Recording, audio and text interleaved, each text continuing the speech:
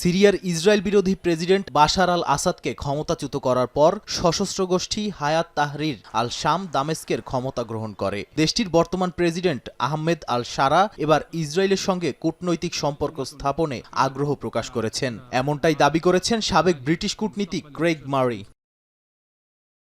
সাবেক ব্রিটিশ কূটনীতিকের বরাতে middle east monitor জানায়, এরই মধ্যে নেতানিয়াহু প্রশাসনের সঙ্গে গোপন প্রতিশ্রুতি দিয়েছেন সিরিয়ার প্রেসিডেন্ট। মারির দাবি, ২০২৬ সালের মধ্যেই ইসরায়েলের সঙ্গে আনুষ্ঠানিক সম্পর্ক স্বীকৃতি ও রাষ্ট্রদূত বিনিময়ের পরিকল্পনা আছে সিরিয়ার। মূলত পশ্চিমা সহায়তা ও সিরিয়ার ওপর নিষেধাজ্ঞা প্রত্যাহারের আশ্বাসেই এমন সিদ্ধান্তে রাজি হয়েছেন আল শারা বলে উল্লেখ করা হয়।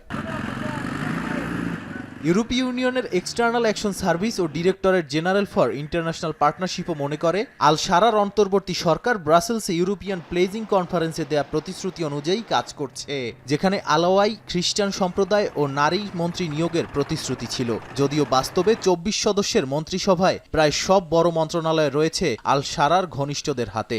সংখ্যালঘুদের জন্য বরাদ্দ মাত্র ৩টি মন্ত্রণালয়। একমাত্র নারী মন্ত্রীও কানাডা প্রবাসী খ্রিস্টান। ব্রাসেলসে সম্মেলনে সিরিয়ার জন্য বরাদ্দ হয়েছে $৬২ লাখ ঋণ ও অনুদান, যার অর্ধেকই দিয়েছে ইইউ।